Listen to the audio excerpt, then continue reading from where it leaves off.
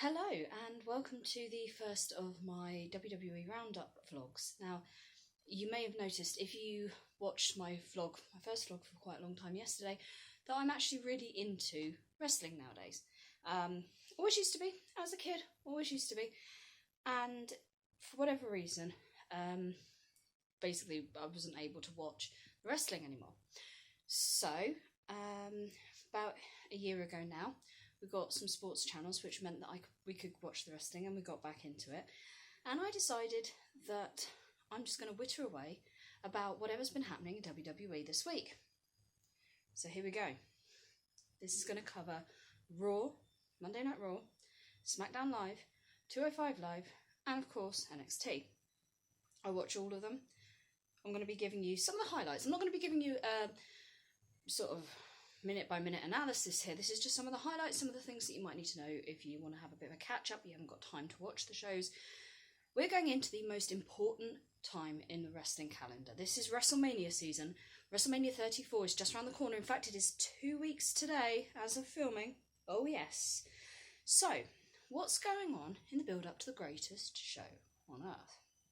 In Raw this week, the tensions continued in the Universal title sort of rivalries, feud that's going on between Roman Reigns and Brock Lesnar. Roman Reigns, it was announced by Kurt Angle at the beginning of the show that Roman Reigns was still under his suspension that Vince McMahon put him under the week before for challenging him over Brock Lesnar's absence from Raw.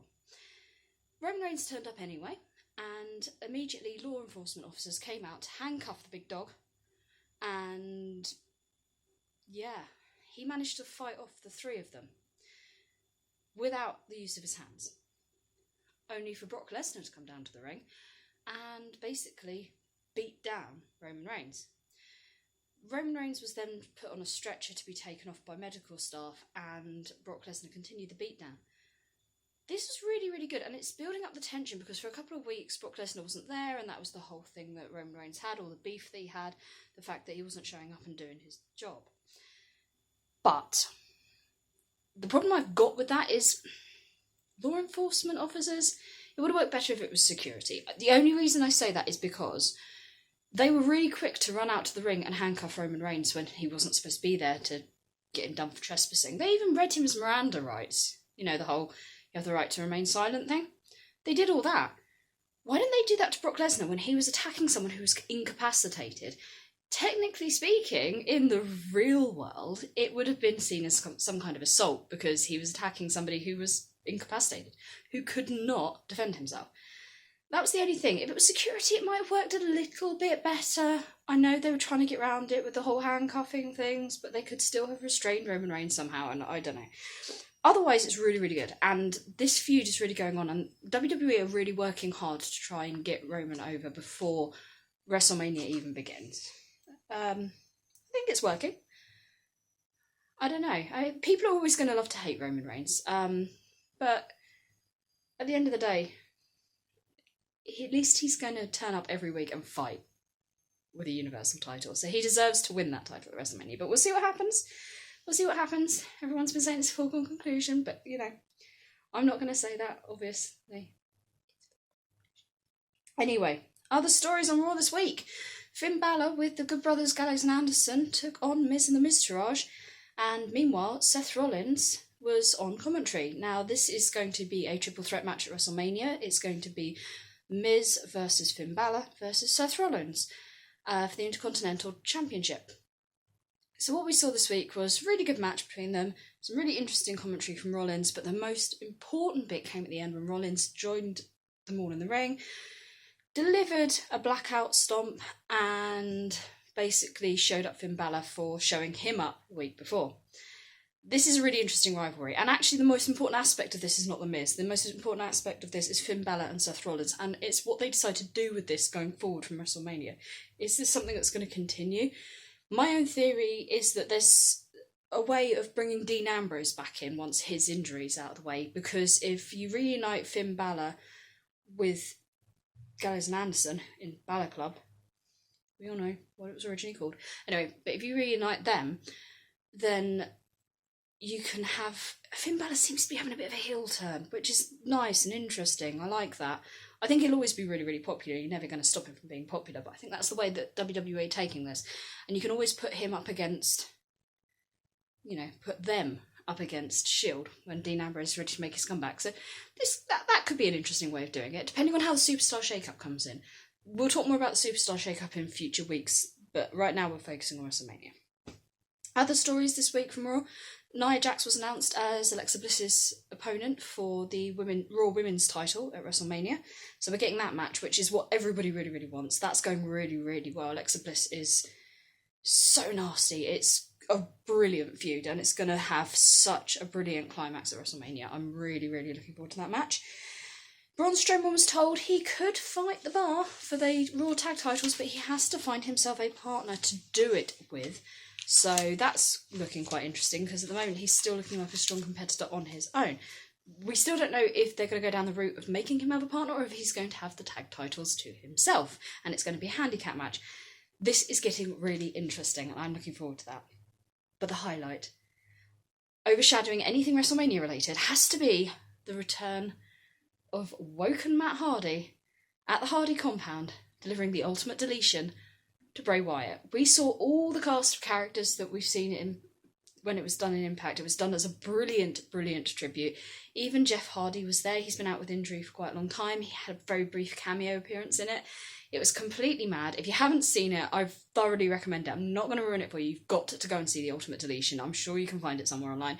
It's absolutely worth watching. If you haven't had a chance to yet, please do it. The big question is going to be, what effect is the dip in the Lake of Reincarnation going to have on Bray Wyatt? Because in the past, people reverted back to previous characters that they had. So are we going to see the return of Husky Harris? This is going to be very, very interesting.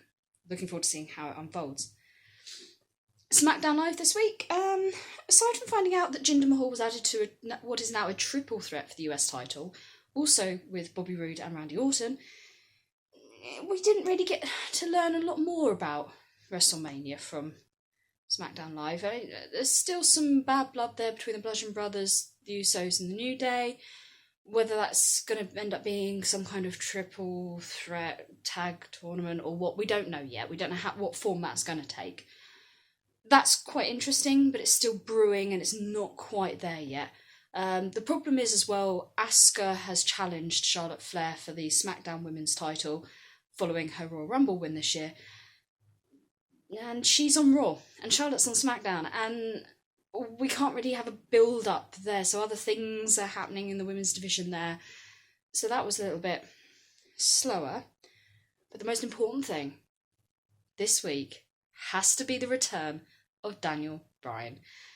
Every wrestling fan was devastated when he, a couple of years ago, had to give his retirement speech. It was really, really emotional, and he gave an equally emotional return speech this week. WWE have taken all the advice from all the specialists that he's been to, and they've cleared him for in-ring action. And this was proven when he had a little bit at the very end of the show against Kevin Owens and Sami Zayn. There's been some brilliant stuff brewing there between them and Shane McMahon. Daniel Bryan fired them for the beatdown of Shane McMahon the week before, and then they had a bit of a scrap in the ring. And Daniel Bryan looks amazing. He's clearly been training for the last 2 years, ready to come back. Now, when I said earlier that I haven't been watching for a while, I've been dipping in and out until a year ago. I knew about Daniel Bryan. Daniel Bryan was one of my favourite wrestlers. I've managed to follow his storylines. I've caught up with bits and pieces online. Just because I haven't been watching full Raw or full SmackDown shows doesn't mean I haven't been watching stuff and I haven't been consuming stuff and I haven't been following the storylines, such as now I've got a more consistent way of watching things. And Daniel Bryan has been absolutely brilliant, and he was missed. And I'm so glad he's back, and congratulations to him for making his comeback. It's so awesome, and I'm really hoping that he's going to have an epic WrestleMania moment this year. That's where he needs to make his comeback.